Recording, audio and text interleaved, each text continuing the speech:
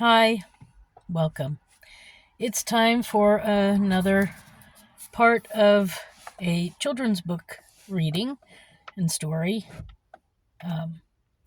Or reading, I should say. It's not really a children's book story, but I'm reading the Constitution so that children can understand it. Welcome. My name is Susan Maud Buchser-Lochocki. I am running for president, or not running, I am a candidate for president of the United States. And I started a couple of weeks ago reading the Constitution to you all, especially to the children, so that they might know what the Constitution's about and also to know what their rights are. It's important that children also know what their rights are in the United States. So welcome. And the part I'm going to read today is from the Constitution, of course, Article 1, Section 3. It talks about the Senate. So here's the book. I know I don't have a lot of pretty pictures to show you, but that's how it is. Maybe later you can ask your parents if they could show you who your two senators are from your state so that you can know who is representing you in Washington. So the Senate, so this is what Section 3 says. The Senate of the United States shall be composed of 2 senators from each state, chosen by the legislature thereof for 6 years. And each senator shall have 1 vote. Immediately after they shall be assembled in consequence, of the first election, they shall be divided as equally as may be into 3 classes. The seats of the senators of the first class shall be vacated at the expiration of the 2nd year. Of the second class at the expiration of the 4th year, and the third class at the expiration of the 6th year, so that 1/3 may be chosen every 2nd year. And if vacancies happen by resignation or otherwise during the recess of the legislature of any state, the executive thereof may make temporary appointments until the next meeting of the legislature, which shall then fill the vacancies. No person shall be a senator who shall not have attained the age of 35, and been 9 years a citizen of the United States, and who shall not, when elected, be an inhabitant of the state for which he has chosen. So here's that first part that I read to you. So that's what if you want to be a senator, that's what you have to be. 35 years of age or more. You have to be 9 years a citizen of the United States. And you have to live in the state that you're going to represent, which makes sense. The Vice President of the United States shall be President of the Senate, but shall have no vote unless they be equally divided.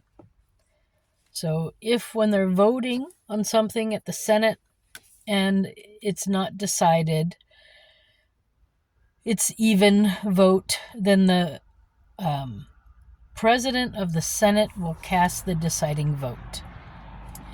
And I should say that the part about the legislature picking the senators has been changed. I think it's Amendment 17. Let's see.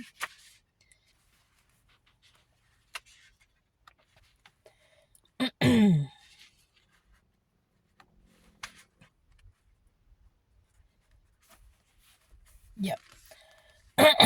The Senate of the United States shall be composed of 2 senators from each state, elected by the people thereof, for 6 years, and each senator shall have 1 vote. The electors in each state shall have the qualifications requisite for electors of the most numerous branch of the state legislature.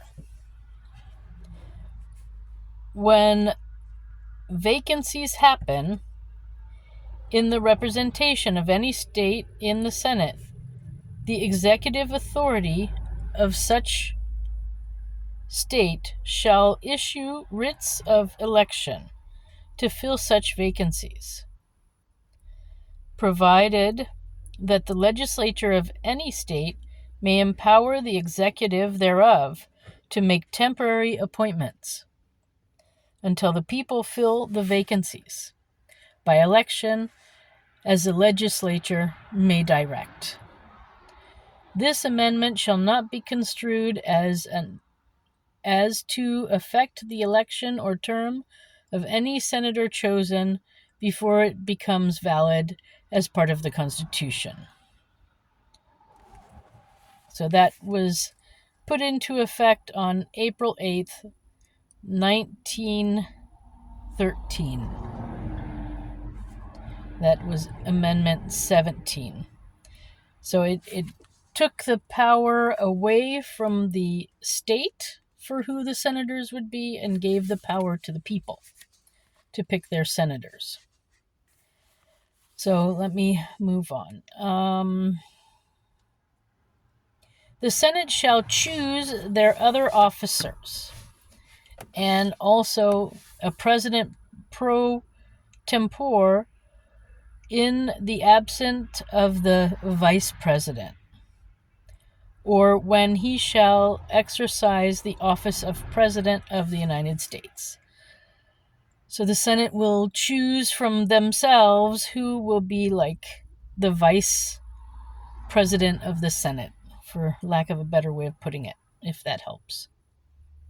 The Senate shall have the sole power to try all impeachments. When sitting for that purpose, they shall be on oath or affirmation. When the President of the United States is tried, the Chief Justice shall preside. And I'm going to say that means the Supreme Court. And no person shall be convicted without the concurrence of 2/3 of the members present. So 2/3 of the members have to be present for a conviction.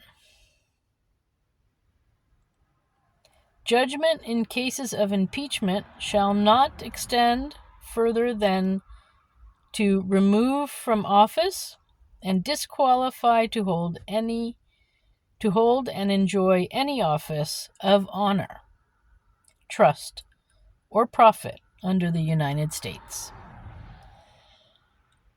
But the party convicted shall nevertheless be liable and subject to indictment, trial, judgment, and punishment according to law.